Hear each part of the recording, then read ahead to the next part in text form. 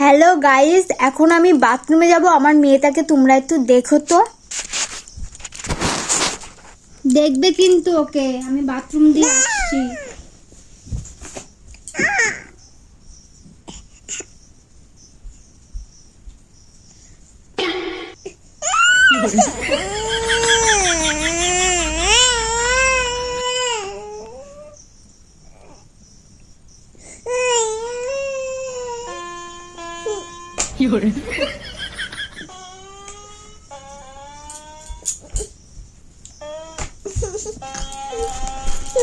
আমার মেয়েটাকে তোমরা একটু দেখতে পারলে না? ও তোমাদের কথা শুনলো না। এত বদ কেন? হ্যাঁ, কেন কথা শুনিসনি বল ওদের? কি হলো? ওদের কথা কেন শুনিসনি? কি আছে? ও বই বের করে দেয়নি তাই?